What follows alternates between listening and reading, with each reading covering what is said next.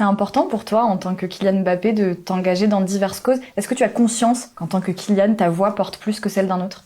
Juste en tant que personne, déjà, avant même d'être Kylian Mbappé, juste en tant que personne, juste aider les autres, déjà, tout simplement, c'est quelque chose qui compte pour moi. Après, bien sûr, du fait de qui je suis et ce que je représente, il y a une responsabilité qui est un peu plus grande, mais il y a aucune pression, c'est toujours un plaisir et je viens de manière très innocente et très sincère aider tous ces gens et ces enfants. Pourquoi on est là aujourd'hui? C'est une opération avec mon sponsor, Oakley, qui consiste à sensibiliser les enfants, la vue des enfants.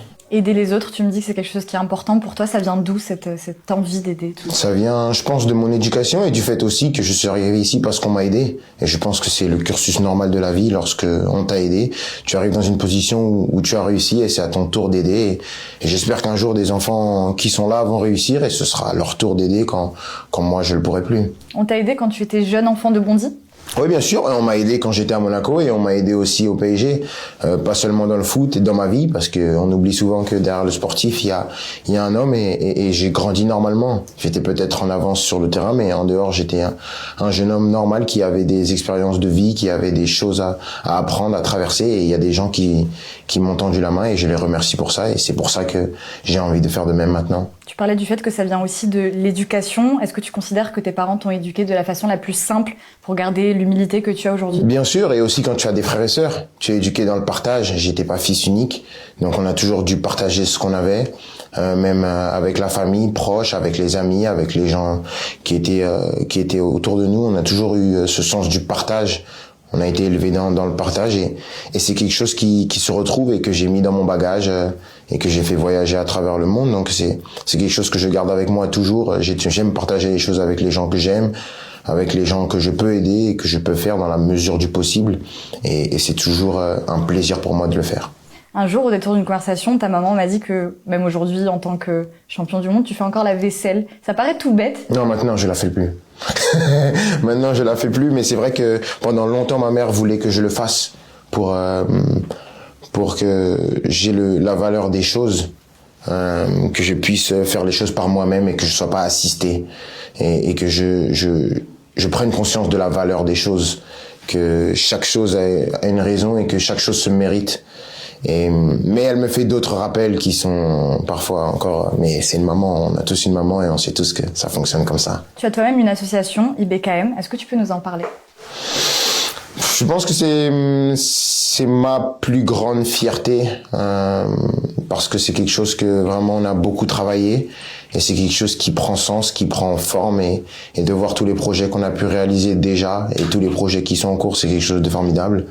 D'accompagner tous ces enfants jusqu'à la vie adulte, de pouvoir leur donner une opportunité de prendre leur destin en main, c'est quelque chose que je suis très content et que j'ai aucun mal à promouvoir parce que c'est quelque chose qui me fait vraiment plaisir et toujours venir ici et voir les enfants, c'est un plaisir sans nom et c'est quelque chose, voilà, on dépense sans compter, on prend de notre temps sans compter parce que le résultat est le plus beau au monde. Donner le sourire aux enfants, c'est quelque chose qui a pas de prix. Pour t'avoir vu dans plusieurs événements avec IBKM, t'as ce côté très accessible, tu donnes de ton temps à ces enfants. Je pense qu'il faut être un peu plus accessible que d'habitude parce que c'est des enfants et que pour eux, on représente quelque chose un peu d'irréel.